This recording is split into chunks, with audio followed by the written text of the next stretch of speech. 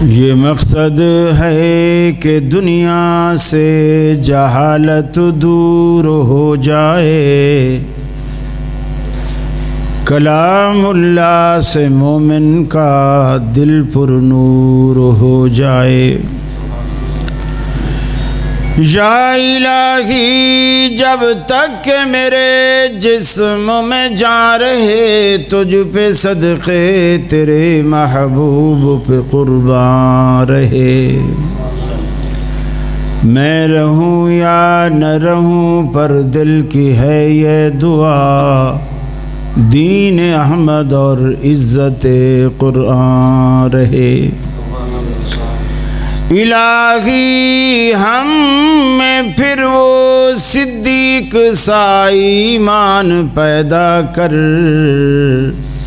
عمر فاروق سا کوئی جری انسان پیدا کر، رگے تحریک کٹ جائے دم عثمان پیدا کر، علی المرتضی شیر خدا کی آن پیدا کر۔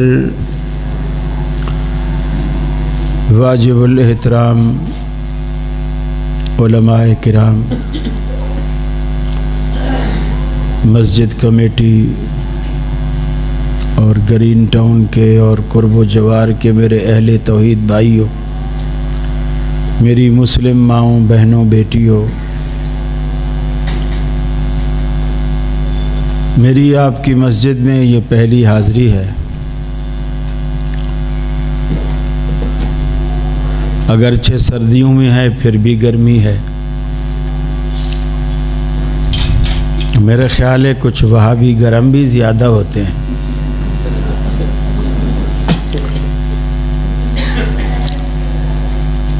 اگر تو یہ ایمان کی حرارت ہے تو اللہ سدا سلامت رکھے۔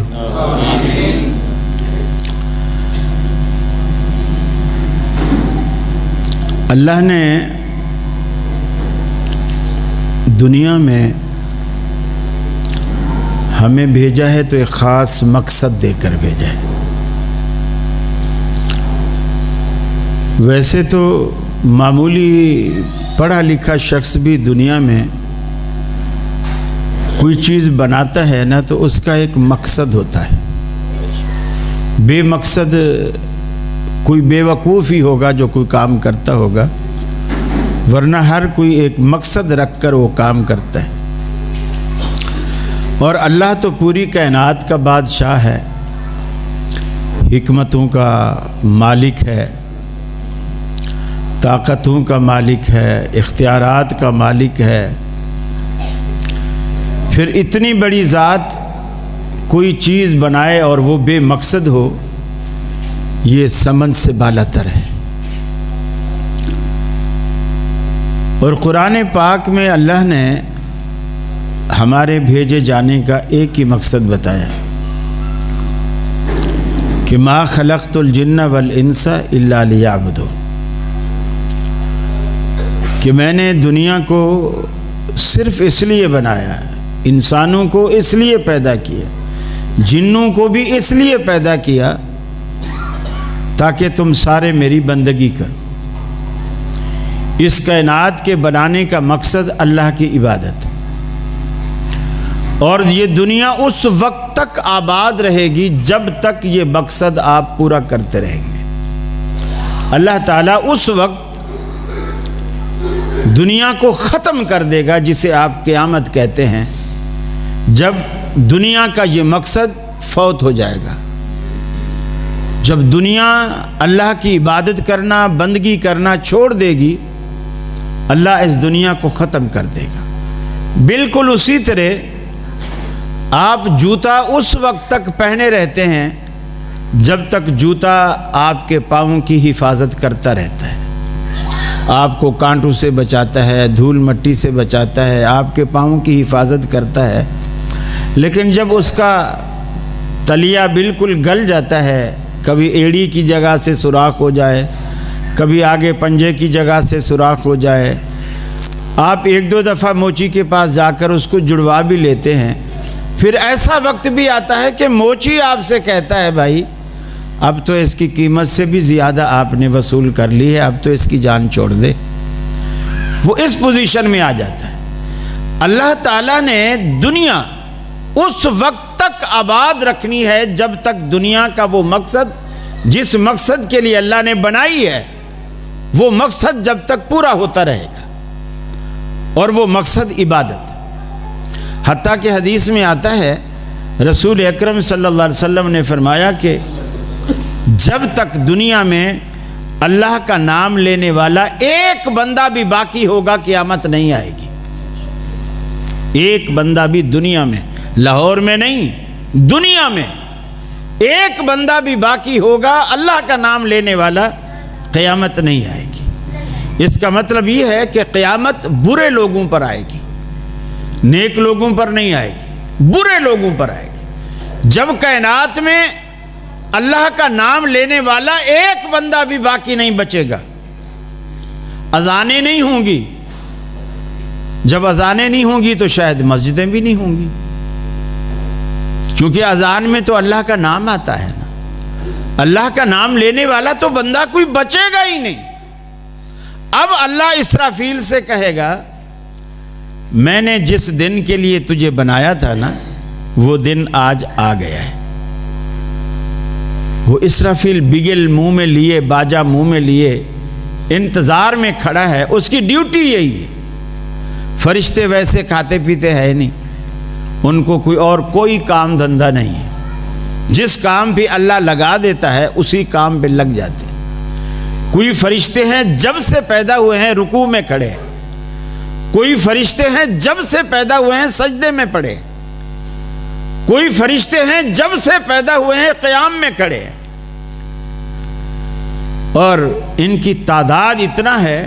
اللہ کے رسول نے فرمایا یہ جہاں مکے میں ہمارا قبلہ جسے ہم قبلہ ابراہیمی کہتے ہیں بیت اللہ، اسی کی بالکل سیدھ میں اوپر آسمانوں میں یہ جو قبلے کا ہمارا محل ہے یہ پوری زمین کا سینٹر ہے، وسط ہے، اور اسی کے بالکل اوپر آسمان کا سینٹر ہے۔ وہاں قبلہ ہے جو فرشتوں کا قبلہ ہے، اس کا نام بیت المعمور ہے۔ فرمایا 70,000 فرشتے وہاں روزانہ طواف کرتے ہیں، اور آپ اندازہ لگاؤ جب سے کائنات بنی ہے تب سے 70,000 فرشتے روزانہ طواف کرتے ہیں، اور جو ایک مرتبہ طواف کر جاتا ہے پھر قیامت تک اس کی دوبارہ باری نہیں آتی۔ اب آپ اس سے اندازہ لگاؤ کہ فرشتوں کی تعداد کتنا ہے، اور وہ ہر وقت اللہ کی بندگی، عبادت، سجدے، رکوع ہر وقت کر رہے ہیں، اور گناہ بھی کوئی نہیں کر رہے۔ اس کے باوجود اللہ نے آپ کو دنیا میں بھیجا۔ فرشتے حالانکہ اللہ کی عبادت کرتے تھے، اس کے باوجود اللہ نے آپ کو دنیا میں بھیجا۔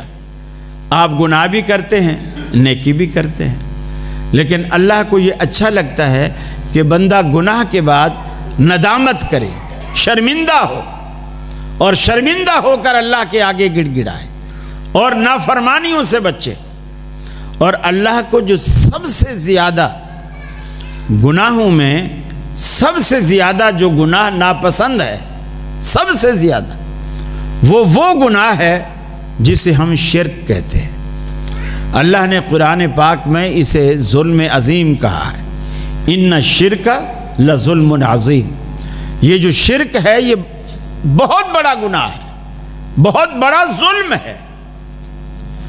ظلم کا مطلب یہ ہوتا ہے کہ ایک چیز ایسی جگہ رکھو جو اس کے رکھنے کی جگہ نہ ہو۔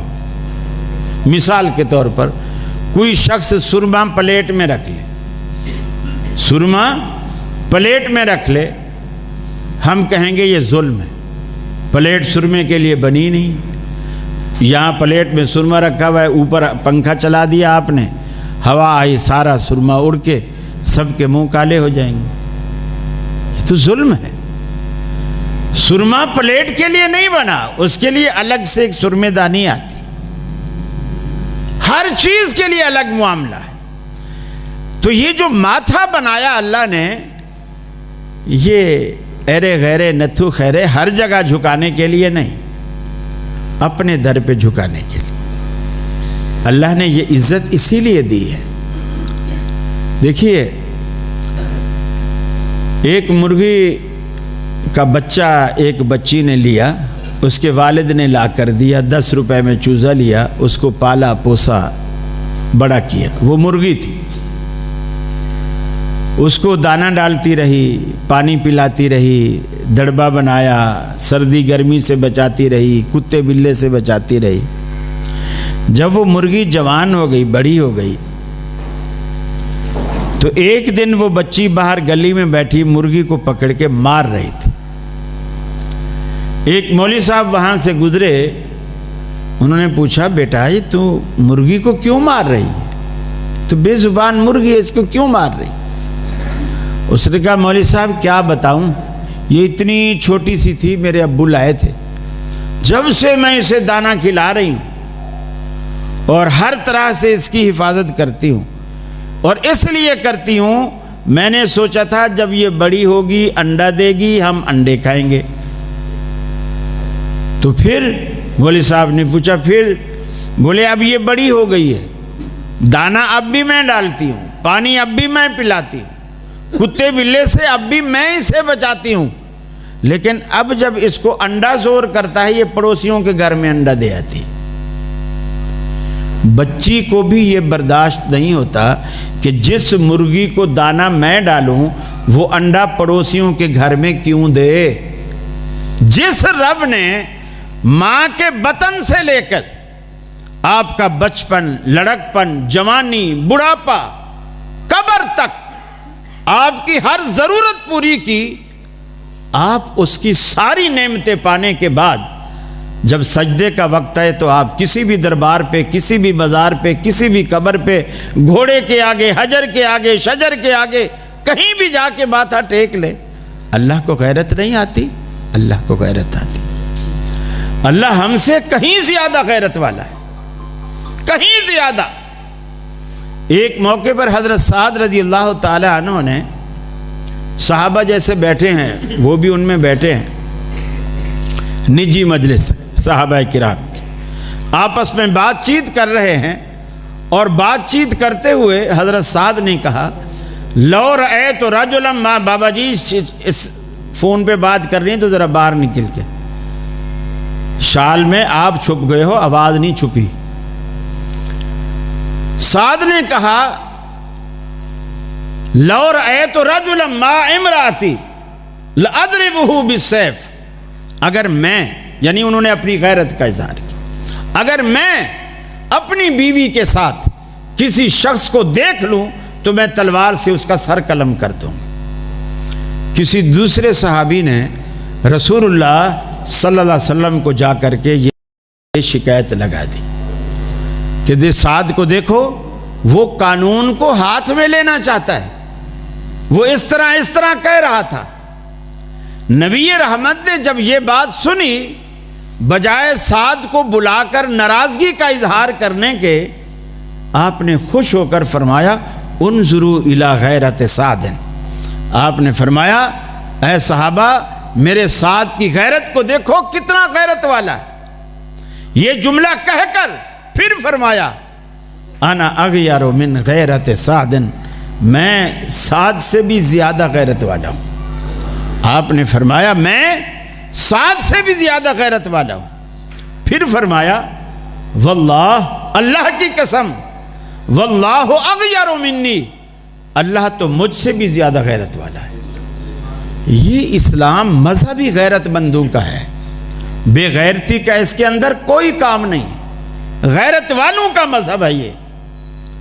اللہ بھی غیرت والا، رسول بھی غیرت والا، اور ان دونوں کو ماننے والے بھی غیرت والے۔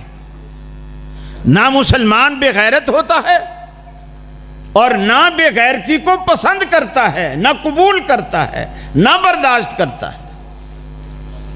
یہ اللہ تعالیٰ نے مسلمانوں کو ایک الگ صفت اور خوبی، وصف عطا کیا ہے غیرت مندی کا، ورنہ آپ یورپ سائیڈ پر چلے جائیں، یہ غیرت نام کی کوئی چیز نہیں۔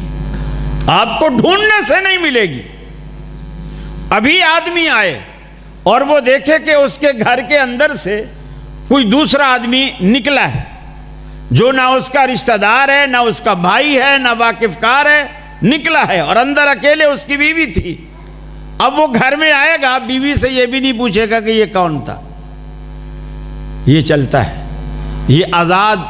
وہ اسے کہتے ہیں کہ ہم ماڈرن ہیں، ہم آزاد خیال ہیں. اسلام اسے بے غیرتی کہتا ہے.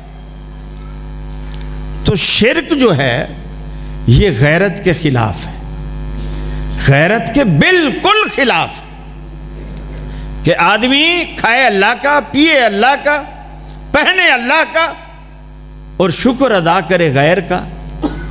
آپ کا سگا بیٹا آپ کا اگر اسکول سے واپس آنے کے بعد راستے میں سڑک پر کھڑا ہو اور ہر آنے والے سے کہے انکل 1 روپیہ دے دو، انکل 1 روپیہ دے دو، یا اردو میڈیم کا ہے تو بولے چاچا 1 روپیہ دیتا جا، چاچا 1 روپیہ دیتا جا. آپ بھی وہیں سے گزرو اور آپ کی نظر پڑ جائے کہ یہ تو میرا بیٹا ہے، تو ایمانداری سے بتائیے آپ کے چہرے پہ کتنی رونق آئے گی. آپ بولو کہ میرا بیٹا ابھی سے کمانے لگ گیا. خوش ہو گے آپ خوش نہیں ہو. آپ کہو گے بلکہ اس وقت پکڑ کے لاؤ گے، وہیں سے مارتے ہوئے گھر لاؤ گے کہ تجھے کم وقت کس چیز کی کمی تھی. بستہ میں نے لا کے دیا، کتابیں میں لا کے دیتا ہوں، فیس تیرے اسکول کی میں بھرتا ہوں، تمہاری پڑھائی کی خاطر میں محنت مزدوری کرتا ہوں، تو پھر بھی لوگوں سے بھیک مانگ رہا ہے، تو میری ناک کٹوا رہا ہے. اللہ کا بندہ جب غیر کے آستانے پر جاتا ہے نا، اللہ تعالیٰ کو ایسے غیرت آتی ہے. میرے بندے بتا تو صحیح کیا چیز تھی جو تجھے میں نے نہیں دی، جو میرے پاس نہیں تھی اور اس کے پاس تھی، کیا چیز تھی؟ فرمایا وَإِذْ أَخَذَ رَبُّكَ مِن بَنِي آدَمَ مِن ظُهُورِهِمْ. وہ وقت یاد کرو، وہ لمحہ یاد کرو، وہ پل یاد کرو جب اللہ رب العالمین نے آدم علیہ السلام کی پشت سے دنیا میں آنے والے جتنے بھی انسان تھے اللہ نے آدم علیہ السلام کی پشت سے نکالے. ان کو ایک خاص جسم دیا، پھر ان سے سوال کیا میں تمہیں دنیا میں بھیجوں گا، پوری کی پوری زمین کو تمہارے لیے دسترخوان بنا کر بچھا دوں گا، آسمان کو تمہارے لیے چھت بنا دوں گا، طرح طرح کے اس میں کمکمے ستاروں کی مانند میں لگا دوں گا، زمین پہ طرح طرح کی نعمتیں تمہارا انتظار کریں گی. کہیں کنوں کے باغ نظر آئیں گے، کہیں انگوروں کے خوشے نظر آئیں گے، کہیں آم رنگ برنگے نظر آئیں گے، کہیں سیب نظر آئیں گے. ساری نعمتیں تمہیں میں کھلاؤں گا. بتاؤ جب دنیا میں میری یہ نعمتیں استعمال کرو گے، الست بربکم، مجھے اپنا رب مانو گے کہ نہیں؟ کس کو اپنا معبود مانو گے؟ کس کو اپنا معبود مانو گے؟ میں دنیا میں سورج کو تابانی عطا کروں گا تمہارے لیے، چاند کو لمعانیت عطا کروں گا تمہارے لیے، ستاروں کو درخشانی عطا کروں گا تمہارے لیے، سبزے لہکیں گے تمہارے لیے، گلشن مہکیں گے تمہارے لیے، انادل چہکیں گے تمہارے لیے. الست بربکم، میری یہ نعمتیں پانے کے بعد کس کو اپنا معبود مانو گے؟ دریا متلاطم اور سمندر موجزن ہوں گے تمہارے لیے، ندیاں بلکھاتی نظر آئیں گی تمہارے لیے، صبح کو سویرا عطا کروں گا تمہارے لیے، راتوں کو اندھیرا عطا کروں گا تمہارے لیے. الست بربکم، مجھے بتلاؤ کس کو اپنا معبود مانوگے؟ قرآن کہتا ہے اس وقت سب نے کہا قالو بلا، اللہ کیوں نہیں، تو ہی تو ہمارا رب ہے، تو ہی تو ہمارا داتا ہے، تو ہی تو ہمارا دستگیر ہے۔ ان میں عجمی بھی ہیں، عربی بھی ہیں، گورے بھی ہیں، کالے بھی ہیں، نمک حلال بھی ہیں، نمک حرام بھی ہیں، سعادت مند بھی ہیں، شقاوت پسند بھی ہیں۔ سب نے یک زباں ہو کر کے کہا الہ العالمین قالوا بلا، اللہ کیوں نہیں تجھے ہی مانیں گے۔ لیکن آج دنیا میں آ کر ہم وہ سارے کے سارے وعدہ قالوا بلا بھول گئے، آج کسی کو بھی یاد نہیں۔ یا بہاول حق بیڑا دھک کے نعرے لگاتے ہیں، حتیٰ کہ دنیا میں ایسے لوگ بھی موجود ہیں جو پیر عبد القادر جیلانی کے بارے میں کہتے ہیں ساڈا عبد القادر قادر ہے، سانو ہور قادر دی لوڑ نہیں، سانو بغداد دیاں گلیاں کافی نے، سانو ہور جنت دی لوڑ نہیں۔ قیامت کا دن ہوگا، اللہ کہے گا جاؤ بغداد کی گلیوں میں، یہاں کیا لینے آئے ہو؟ اللہ کی قسم اس وقت نہ بغداد ہوگا نہ بغداد کی گلیاں ہوں گی، کچھ بھی تو نہیں ہوگا۔ یوم تبدل الارض غیر الارض، اللہ اس زمین کو ایسی زمین سے بدل دے گا جو یہ زمین نہیں رہے گی، یہ دیواریں، یہ درخت، یہ پہاڑ، یہ سمندر، یہ دریا، یہ سائے، کچھ بھی تو نہیں ہوگا۔ یوم تبدل الارض غیر الارض، حتیٰ کہ اللہ کے رسول فرماتے ہیں اس دن سبعۃ یظلھم اللہ فی ظلہ یوم لا ظل الا ظلہ، اللہ کے عرش کے سائے کے سوا کائنات میں کسی چیز کا کوئی سایہ نہ ہوگا۔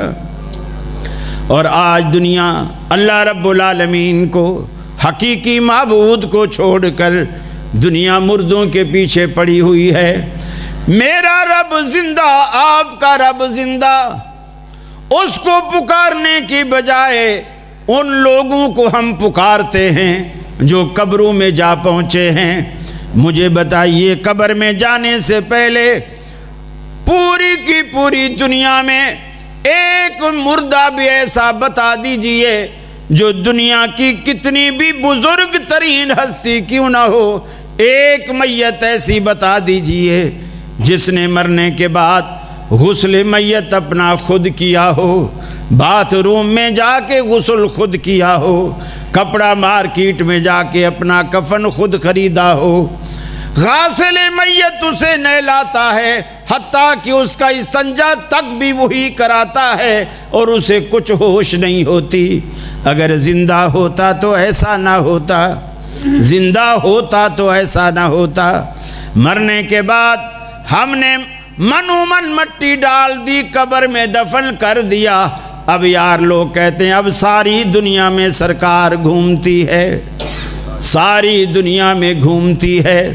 اللہ کا قرآن کہتا ہے یا ایھا الناس ضرب مثل، یا ایھا الناس ضرب مثل فاستمعوا لہ، اے دنیا والو اللہ رب العالمین تمہارے لیے ایک مثال بیان کرتا ہے، اس مثال کو تم کان لگا کر سنو، توجہ سے سنو۔ ان الذین تدعون من دون اللہ، جن کو تم اللہ کے سوا پکارتے ہو، ان کی کمزوری کا، ان کی بے بسی کا یہ عالم ہے۔ لن یخلقوا ذبابا، وہ تو ایک مکھی بھی پیدا نہیں کر سکتے، تم ان سے اولادیں مانگتے ہو، ان سے بیٹے مانگتے ہو، ان سے نفع نقصان مانگتے ہو۔ فرمایا لن یخلقوا ذبابا، وہ ایک مکھی بھی پیدا نہیں کر سکتے۔ ایک مکھی تو بنانا دور رہا، ایک بال بھی بدلا جا نہ سکا، اے خالق کل، اے مالک کل، اے رازق کل، اے حاکم کل، سبحان ہے تو، رحمان ہے تو، تیری صفتیں کوئی بھی پا نہ سکا۔ یونس نے پکارا اے اللہ اور بیٹھ گیا تھا کشتی میں، تیرا حکم تو مولا ٹل نہ سکا، وہ خود کو پار لگا نہ سکا۔ تو جس کو ڈبونے پر آئے پھر کس کی ہے طاقت پار کرے، محبوب تیرا مجبور رہا کشتی میں پسر کو بٹھا نہ سکا، محبوب تیرا مجبور رہا کشتی میں پسر کو بٹھا نہ سکا۔ خالق وہ نہیں جس سے کہ کبھی بن سکتی نہیں ایک مکھی بھی، مکھی تو بنانا دور رہا ایک بال بھی بدلا جا نہ سکا۔ اے خالق کل، اے رازق کل، اے حاکم کل، اے مالک کل، سبحان ہے تو، رحمان ہے تو، تیری صفتیں کوئی بھی پا نہ سکا۔ اللہ کے قرآن نے چیلنج کیا لن یخلقوا ذبابا، وہ ایک مکھی بھی نہیں بنا سکتے۔ پھر آگے اللہ نے کیا بات فرمائی؟ فرمایا وَلَوِ اجْتَمَعُوا لَهُ، ہم کسی ایک سرکار کی بات نہیں کرتے، تمہاری دنیا کی ساری سرکاریں مل کر بھی ایک مکھی نہیں بنا سکتے۔ وَلَوِ اجْتَمَعُوا لَهُ، سارے جمع ہو جائیں، لاڑکانہ والی سرکار، بغداد والی سرکار، امام بری سرکار، اور دنیا میں جتنی بھی سرکاریں تم نے بنا رکھی ہیں، اللہ کے قرآن کا کھلا چیلنج ہے وَلَوِ اجْتَمَعُوا لَهُ، اگر یہ سارے جمع ہو جائیں تو بھی مکھی نہیں بنا سکتے۔ آگے اللہ نے ایک دوسری بات کی، فرمایا مکھی بنانے والی تو چلو دور کی بات، ہم اس سے بھی ہلکی بات رب العالمین نے فرمایا، اس سے بھی ہلکی بات ہم کیے دیتے ہیں۔ يَسْلُبُهُمُ الذُّبَابُ شَيْئًا، حضرت جی اگر حلوے کی پلیٹ لے کر بیٹھے ہوں اور ان کی پلیٹ میں سے سوجی کا ایک دانہ مکھی لے کر کے اڑ جائے، مکھی لے کر کے اڑ جائے، فرمایا لن یستنقذوہ من، اس سے واپس لینے کی بھی طاقت نہیں رکھتے۔ یہ تمہیں کیا دیں گے؟ مکھی اگر ان کی پلیٹ سے سوجی کا دانہ لے کر کے جائے، یہ اس سے واپس نہیں لے سکتے۔ تمہیں بیٹے کیا دیں گے؟ تمہیں نقصان سے کیا بچائیں گے؟ لوگ بڑی بڑی کہانیاں ہیں، یہ صرف کہانیاں ہیں، اور ظلم یہ ہے کہ لوگوں کو پوچھنے کی عادت نہیں۔